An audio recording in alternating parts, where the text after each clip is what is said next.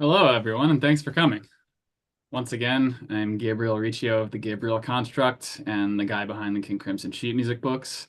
And I am here today with one of my longest running and closest collaborators, Travis Orbin.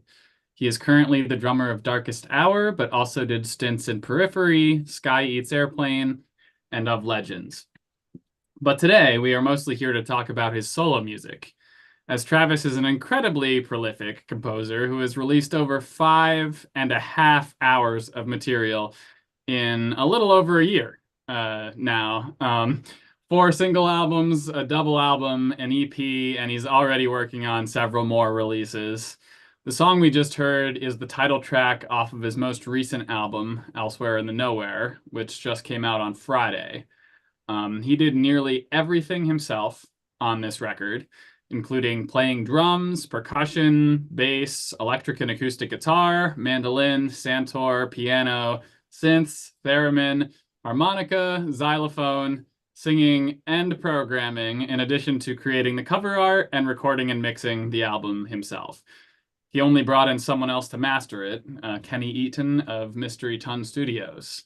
So welcome, Travis. It's good to have you here. Hi, Gabe. Hello, everyone. Wow, my second live Make Weird Music interview. Hell yes. So you are a veritable one-man band at this point. You're constantly exploring new territory, both in terms of the roles you're playing and the styles you're tackling. The song we just heard is quite a big pivot away from what people are probably used to hearing from you. It's an exploration of texture and harmony, very moody and engrossing.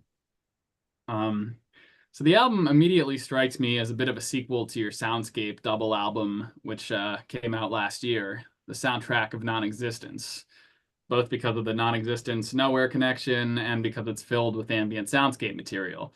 But you also throw in some pretty left field stuff in alongside the soundscapes, like the choir of you in No, I Haven't, the sudden funk in Don't Count on It, or the Santor and piano in the closing song. So can you tell us a little bit about the impetus for this latest record?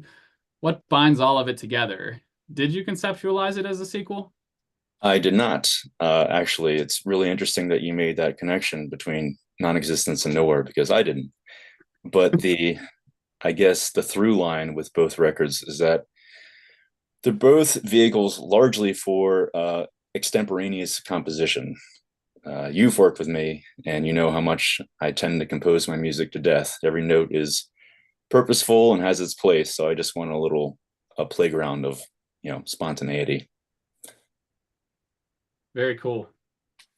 So I hear a little bit of a Trent Reznor influence throughout this in various ways. The harmonic language of the opening song, but also some of the spooky tracks later on, like Which Floor, remind me a lot of the Quake soundtrack, at least in terms of the vibe. Was he an intentional touchstone for this record?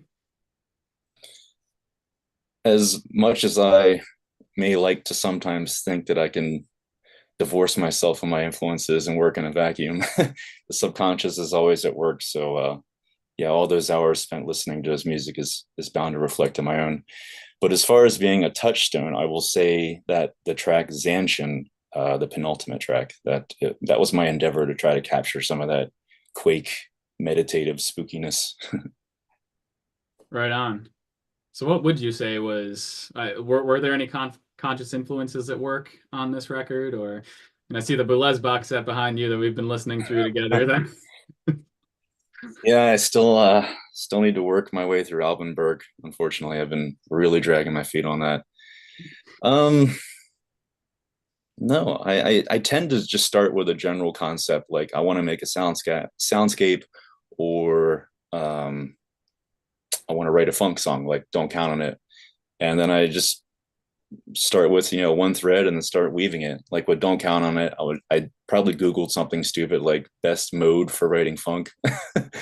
And yeah, I think I used the Dorian mode. I forget the key, but yeah, I just start with kind of really basic ideas like that, and then just flesh it out from there. Like I said, Zanshin was the only one where I was like, I want to try to do the Quake thing. okay. So then, based on everything you're saying, was this intentionally an ambient record mostly, or were you trying to make something that had ambient with a whole bunch of other stuff mixed in terms of being like, now I'm gonna have a funk song, you know? Yeah, I I try to keep it. I with soundtrack of non-existence, I tried to keep it purely in one or two directions, but I just can't help it when the muse takes me somewhere.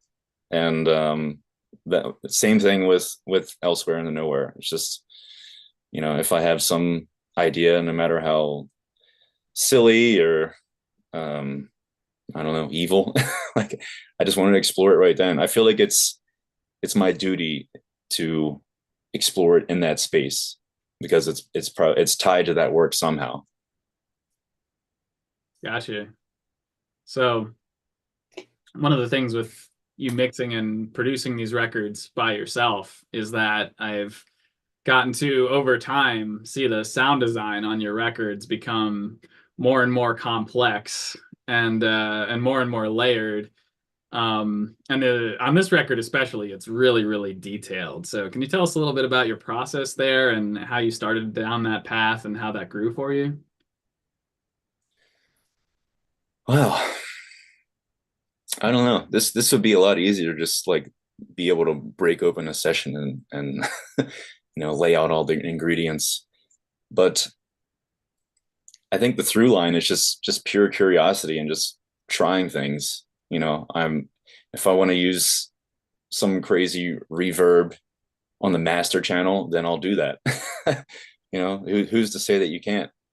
So yeah, that just kind of a playful curiosity is really what got me here. Well, on the note of big reverbs, I want to highlight that enormous bass tone in the gripper. I mean, that thing just sounds massive. What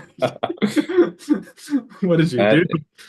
well, that obviously the bass is there's a load of saturation on the bass, and it's a bass that's an F sharp. But I put some sort of, I think it was Echo Boy, and there was some preset, but there was like a lot of automation happening, like going to different channels and such, and that definitely filled it out. Otherwise, it would just been this mono monster. Awesome. So let's go back to the soundtrack of Non-Existence for a moment, because that was a really unusual release for you, an hour and 45-minute long double record of mostly electronic, sometimes ambient music. Quite a detour and sort of your first foray into this sort of style, and I think it kind of makes logical sense for you to go there, given how much you've been playing with sound design. But aside from just wanting sort of a more spontaneous outlet, what inspired the more electronic ambient direction? Yeah, I had experimented with several ambient tracks and some soundscape stuff before. Um, I have a little list here. My Machine Dreams from the first Delectable Machinery, Centaurian Echolalia from Redux, Omphalos from Finite 3. There's also a built-in ambient section in the last track, just like there's one in Entropy Rise on this record. And then Necropolis and Susurrant Planchancy from Projects 3 and Rewilded on the Fall and Response EP, excuse me. Yeah, it was super rewarding working on all that material, and not to be too cocksure, but it came pretty easily to me. And so, yeah, it just didn't have that feeling of undertaking homework that writing a song can sometimes have, even though that's an essential part. So that was the main giant impetus to try this out. And it was just down to carving out a niche of time to get to work. Awesome. Well, I think you've got a knack for it. I think it's really paid off. Thank you. So again, this was pretty much a one-man band record where you're credited with a very wide array of stuff, which I'm not going to list again, but you've acquired so many new skills and tools since we first met, and you're always trying to expand your skill set. And I know this diversity is partially just inspired by a love of musical novelty. You love to woodshed, learn new things, but I feel like there's also an element of practicality to it, right? Because, as we both know well, working with other people can be very rewarding and can take your material to whole new levels, but it can also be frustrating at times and result in a lot of delays and stagnation, sometimes dragging projects on for years. So going full DIY means it's 100% your schedule and and your vision. So can you speak a little bit on your motivators to learn all this stuff, not only to pick up so many different skills, but also just to be as prolific as you are with, making music just absolutely nonstop.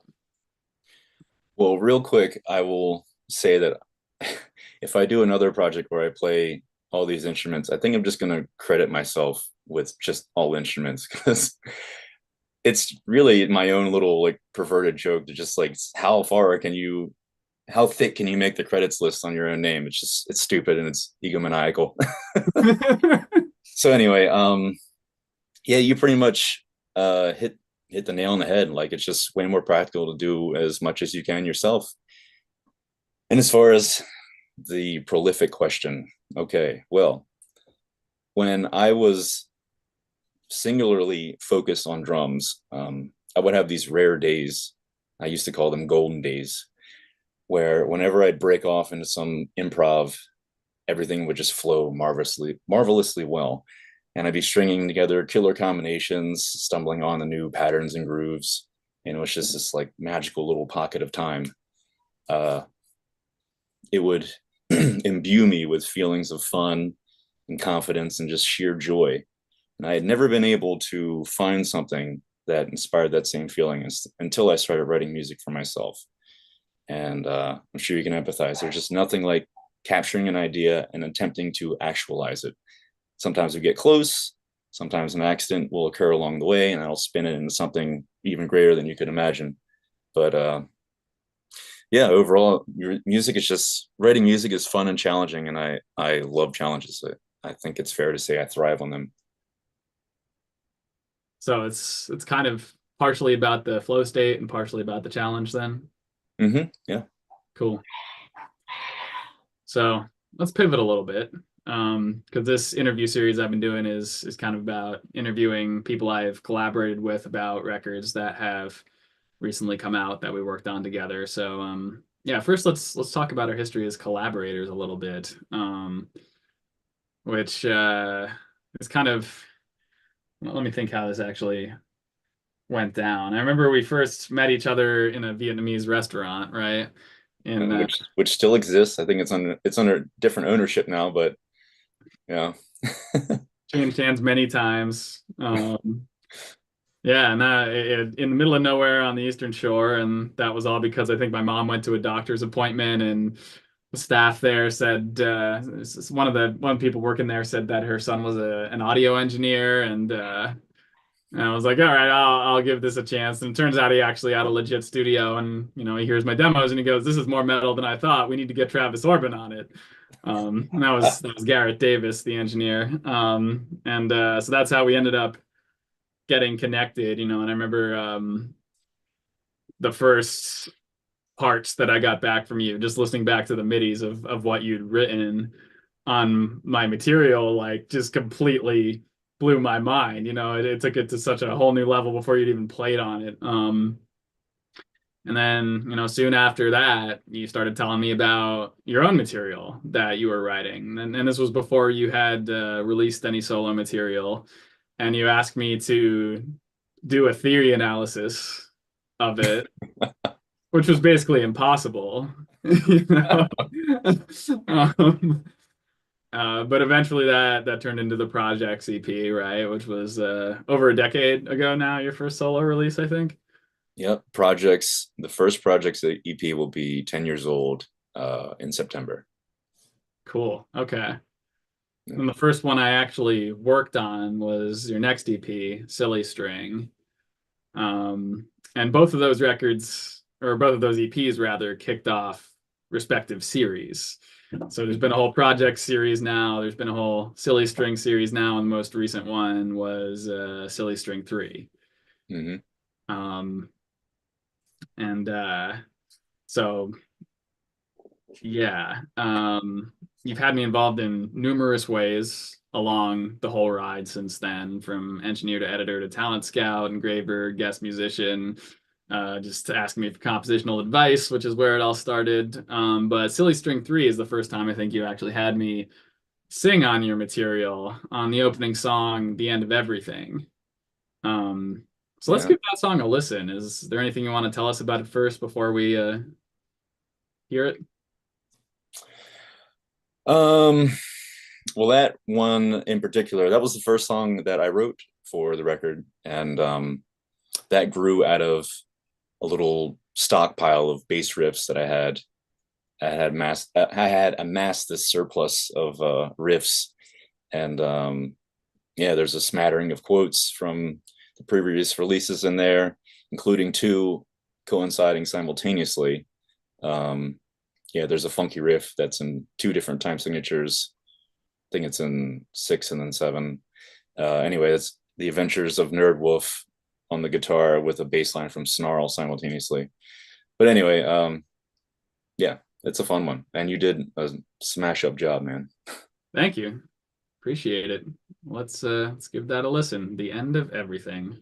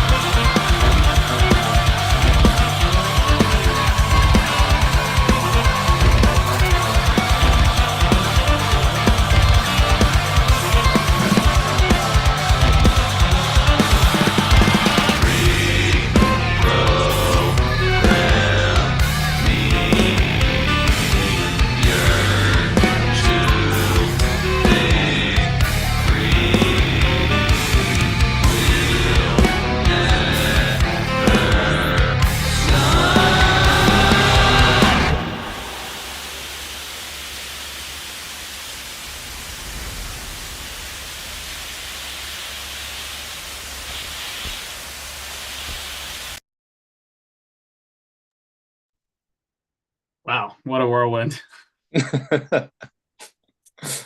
No, that's how you start a record. Yes, yes, indeed. So that's still pretty fresh. This record came out on December 1st, 23. So it's not even a year old yet. And I think we blend pretty well, make a nice little choir together. Oh yeah.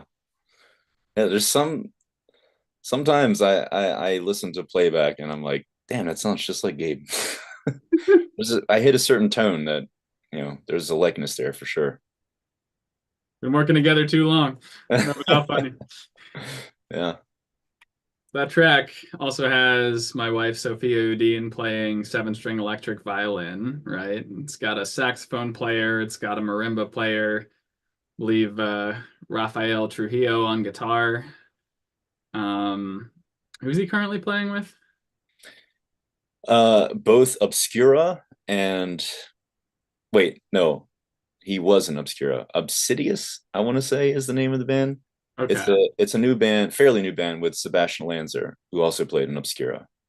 gotcha. I'm not familiar with them. So he's in that as well as that band. I don't know how to say it. DAATH. Oh yeah, yep, yep. He's Oh, with them I as had well. no idea he joined that band. Okay, Mm-hmm. cool. So it's and then of course it's got you doing a zillion things once again. Um, Not but quite it's as a much, but yeah. what? Not quite as much, but yeah. Yeah, yeah, exactly. So, um, but we're hearing all these quotations in here, right? And that kind of immediately announces what series that this is part of. So right now you have, I think, at least five different series of albums. Uh, I guess six if we're retroactively counting your new records as a series. But yeah, aside from the direct references or the instrumentation in something like the Finite series, what defines a series of albums for you? When you start writing material, how do you know which pile it's going to end up in? That's a tough question, actually. Um, I'd probably be able to give a more substantial answer in the past. I know when I was writing the projects and the soliciting stuff, there was like a general aesthetic or vibe that I tried to adhere to. But those series concluded. Um, Once they concluded, it only made sense to write. Wait, I'm sorry. I'm reading off of a note here. It just made no sense. Yeah, but once those concluded, um, yeah, it just didn't. It felt right to end it with the third one for each one, other than delectable. That seems like a pretty conclusive statement. But I think it's getting difficult for me to answer lucidly because other than Dottie Ditties, Silly String 3 was the last big piece of music that I wrote that was bound to pre-establish releases. Um, and even though it came out in December, I finished writing it like 3 years ago. So yeah, and since then I've only endeavored to write stuff in big familial batches. Well, familial to me. So yeah, I don't know. I don't have a great answer for that. Okay, so many of these series are actually over at this point. Like Silly String and the projects and Finite are all done. Delectable Machinery is done. Yeah, yeah, I don't really see a future in them. I feel like I did the quoting to death. Cool. Yeah, fair enough. You definitely thoroughly explored it. So, but this is quite an awesome note to end on. So you've got a couple other guest vocalists on that record, including Sasha Mullen, who's another frequent collaborator of mine and the first person I interviewed in this series. So can you talk a little bit about the other guest spots on this album? Yeah, there's Sina Fierbeck, who I think she sings on 3 songs. She's marvelous. I met her via Instagram years ago, and now I've met her in person. She's come out for a few Darkest Hour shows, which is always nice. And I think the first time I hired her was to duplicate a synth melody in the song Disturb a Deterrent, which is on the first Delectable Machinery. And then you already mentioned Sasha, who I met through you. And yeah, his vocal know-how is unparalleled. And on top of being a super talented songwriter, and he also gave me lessons vocal lessons through Skype leading up to the vocal tracking of Midnight Acolyte, as well as being a coach and production, nudger, uh, as well as on Fall and Response. And then there is Tom Perez, who does guest vocals on Parvenu. And I came into contact with him when I did a session for an internet-driven metal project called Irradiant. And Tom is just incredible at all the screaming stuff. He can sing his butt off too, but he's definitely a world-class talent with the extended techniques. Awesome. So while we're talking about these series of records, let's hop over to Delectable Machinery 2. And the centerpiece of that album is the 27-minute long Neon Suite, which apparently I contributed some sort of keyboard something to, even though I have no real recollection of doing that. But you were working on that one for quite a while, I believe, as you showed me the MIDI of that while we were working on the vocals for the Midnight Acolyte record. So can you tell us a little bit about Delectable Machinery 2, which also came out last year? Well, your memory of a piano being tied to it is because you ran my MIDI through a VST. It's for the chill song in there. I forget the name of it. The Bowels of City, something like that. I don't even remember the titles of my own songs.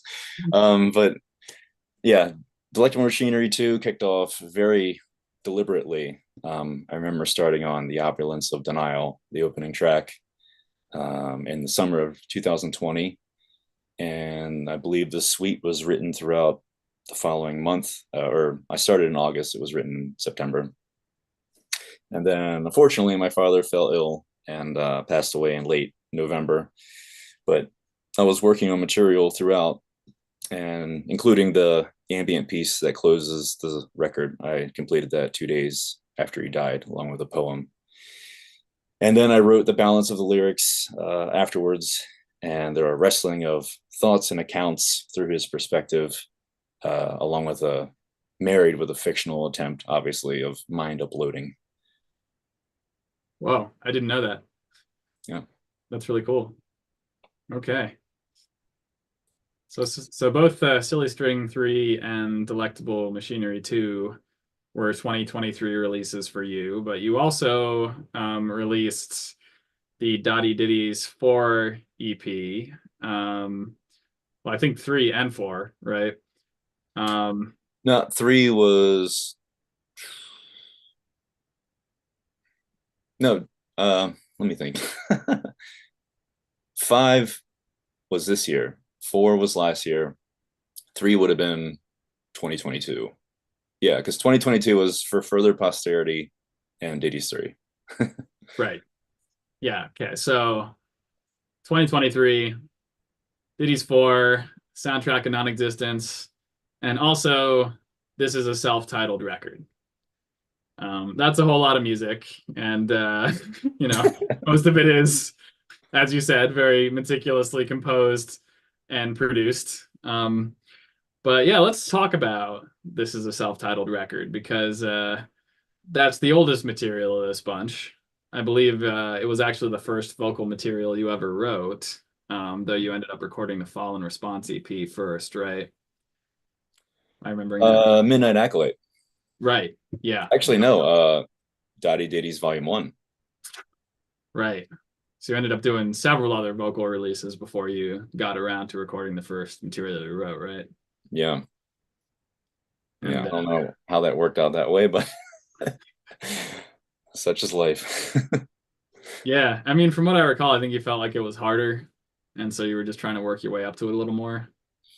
Yeah, that's fair to say. So it's a more song-oriented record. It's got you singing and screaming, and I think you sent me the MIDIs for it in 2014 with no sense at the time of who was going to sing on it. So you didn't really write it with you singing it in mind. No, I definitely had at least one person in mind for a song or two, but yeah, I had no intention of singing on it. but you ultimately decided to do it yourself, and you asked me to record and produce the vocals. And so we ended up tracking your vocals for that record in 2022 here in this room, 8 years after you originally sent me the midis, right? Yep. That's a very me timeline. That's not a you timeline. Yeah. Um, yeah, I don't know. Something I have this completionist streak in me that just like it doesn't want to let anything go. It must finish the project, even if Mm, it's to my detriment and there's a shitty song or two or three on there. fair enough. Well, that one was kind of like your alt rock, alt metal record. Like it's got moments of that technical proggy flair that you were writing a lot in the early 2010s, but it's really more focused on straight ahead songs. So, what was the impetus for that at the time, if you remember? Well, I was writing the material that would become Silly String 2 concurrently. And I thought it would be like a half instrumental, half vocal arrangement driven record. But I just kept writing material until I had enough to compile into one, one for instrumental and one for vocals. And I definitely wanted to write something that was I could kind of, sink my teeth into a little more easily. Like I can't imagine like screaming over projects or anything crazy like that. So yeah, there was a bit of an impetus there to write more approachable material. But yeah, there's some fairly outlandish stuff on there. Um, I forget the name. I don't remember the names of my songs. I remember the tentative titles. I remember I called it Sleepy Bungle. Um, God, what is that called? I don't know. There's a pretty crazy song there. I'll find the title of it. You remember all the tentative titles? Because I feel like half of them are like '06, May 22. That's true. I do like the title that way. Um, Animate version. That's Mm. the one. Hmm. Yeah. But see if I can flesh out this answer anymore. No, I can't. Fair enough. So we'll listen to a track from that at the end of the interview. But one of the things that you've liked to do is create these album sequences, right? Where the end of one album connects to the beginning of the next album, and then eventually, when you decide the sequence is done, the end of the last record loops around to the first and just creates this big circle, right? Yes, the mini oeuvre loop. So Yeah. this record was part of one of those sequences, right? Yeah, my second loop. What else was in that one? That one. So I like to refer to refer to the very beginning as portals. Like they're not a part of the actual circle, but they open it up. And the portal for the second one was, I want to say, God, what was it? I know it started with Projects 3.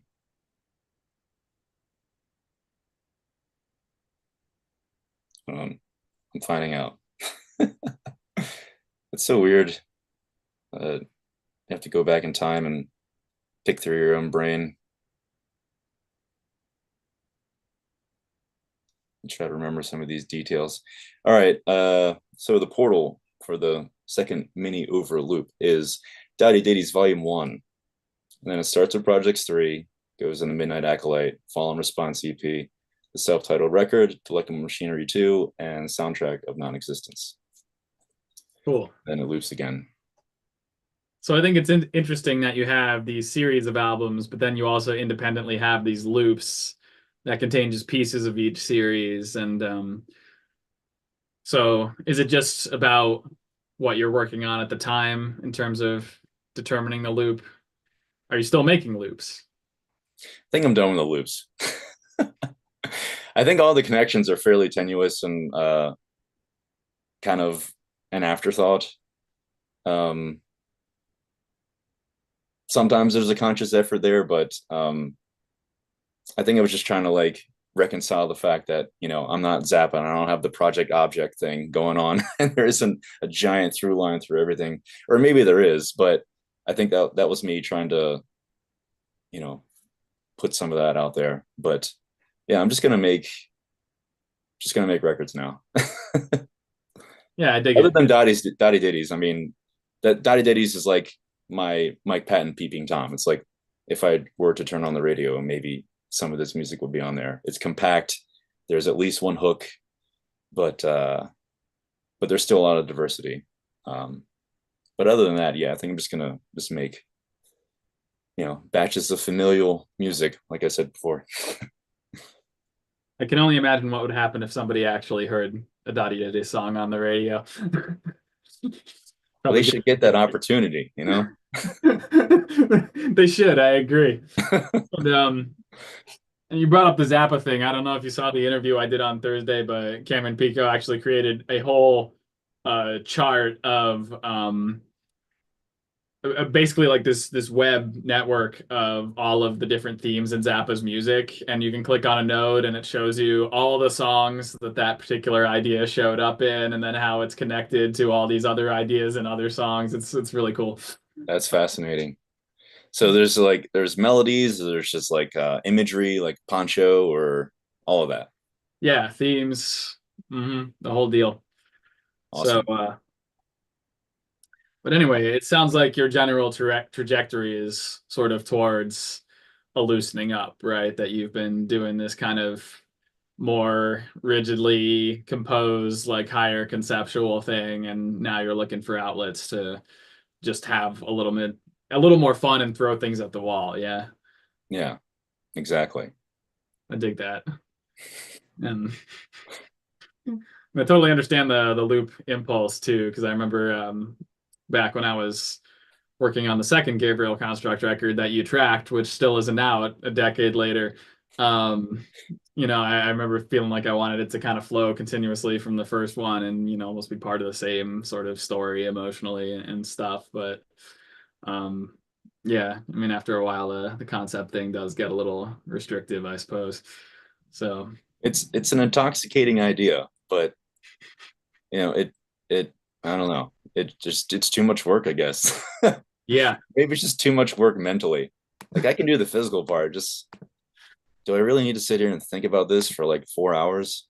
I just want to write music and rehearse it. Fair enough. Well, on the note of rehearsal, Sharon has asked in the chat, is there a live context in which some of this material has been interpreted? No, none whatsoever. I appreciate the perhaps an assumption there that my music has seen the stage, but it has not. It's really the studio is an instrument in there, right? Like you're not really writing for the stage to begin with, yeah. True. Yeah. Although I have considered like if I were to somehow just do a show, like what would even be potential live material, but it hasn't gotten past that bit of thinking. Yeah, it'd be tough for sure with how diverse all the instrumentation is across the records and everything, and how hard a lot of it is to play. Yeah. And if there's vocals, like I'm not playing drums and singing. There's no fucking way. Right. Right. So, on top of all this solo material that we just spoke about, your band Darkest Hour also released a new album pretty recently, Perpetual Terminal. Um, so, how do you find the balance between working with them and creating these massive amounts of solo music? Well, the band is in a state where we kind of have the luxury of picking the tours that we want. We're not all in our 20s and scrambling to try to make the band this machine that just tours endlessly. So we have the luxury of of choice. And we do our budgets and make very measured choices. And so as a result, I'm not on the road like 8 months out of the year or whatever. Like this year, we just put out the record, and uh, we've done one headlining tour. We have two more before the end of the year, but that's like a little over 3 months of touring. So it's not a lot to ask, and I don't find that as a challenge to balance the two. Good. So was the process for this new record similar to the prior ones, or did y'all switch it up a bit? Each record has varied a tad, but generally we will convene, set up. Schleibon will throw up some mics, and then some form of a demo will be presented to me, whether it's an MP3 with like scratch guitars and placeholder drums, or someone physically playing the guitar. And I'll just make a chart that outlines the arrangement, maybe some notes with grooves and fills, and then we'll jam through it together a bunch, and then try different things and cut a demo. And then from there, usually that is either passed along to everyone, or Schleibon will cut up the demo in Pro Tools and try to rearrange it. Find different ways to find different arrangements. But on my end, once I get the demo, I'll transcribe my parts in the Guitar Pro and then tweak it further to taste. And then this whole process happens several times, whether it's over a period of months, or if I have to learn 4 tunes in a day, as was the case with Perpetual Terminal. But really, the big sea change this time around was not only did we have to, live through the worldwide pandemic with everyone else, but we also lost a guitarist. So there was an adjustment period finding and collaborating with Nico, but he fits like a glove. Glad to hear that. So what are you working on right now? Right now I have 2 records. Hi. Hey, what's up? Welcome home. Thanks. Good to see you. Good to see you Look too. great. Thank you. Right now I have 2 records. One is Daddy Diddy 6, which is the material on 4 and 5, rebundled and remastered with 6 new songs, just like I did with Daddy Diddy's 3. And then I also have this pretty crazy extreme metal record. I like to say it's my version of extreme metal. And that is 5 songs, but once I have all the tracks, I'm going to cut up 4 of the songs into soundscapes and make crazy soundscapes out of them. And so that'll be a full length. I'm in the process of tracking vocals right now. I have 2 songs left. Things are turning out pretty well. Hopefully you can't hear the fatigue in my voice. Maybe you can. But that's been quite a labor of love. I've been shedding vocals just like 5 or 6 days a week, 90-minute sessions, 2-hour sessions, just trying to do the screaming thing well. But I just have 2 records right now, which is a lot, but and I don't plan on doing anything else until both of those are out. So that's it. Awesome. Well, from what I've heard so far, the vocal shedding's been paying off. Thank you kindly. So how do the listeners support your music? Where do they buy it?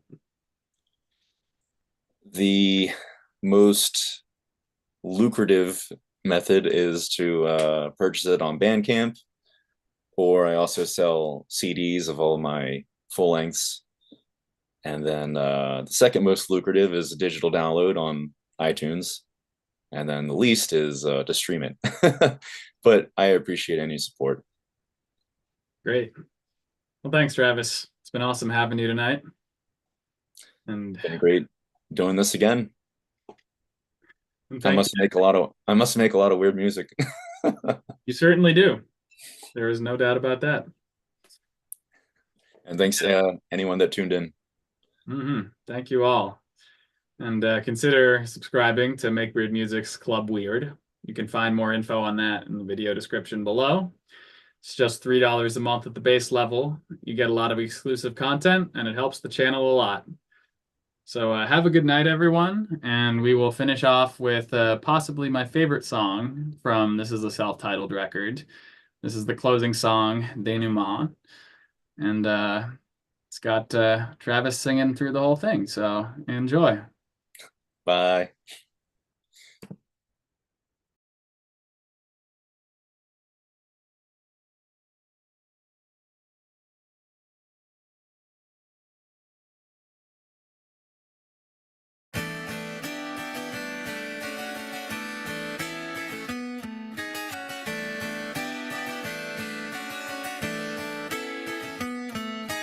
If ever I am famous, there'll be no need to kill me, for I'll already be dead.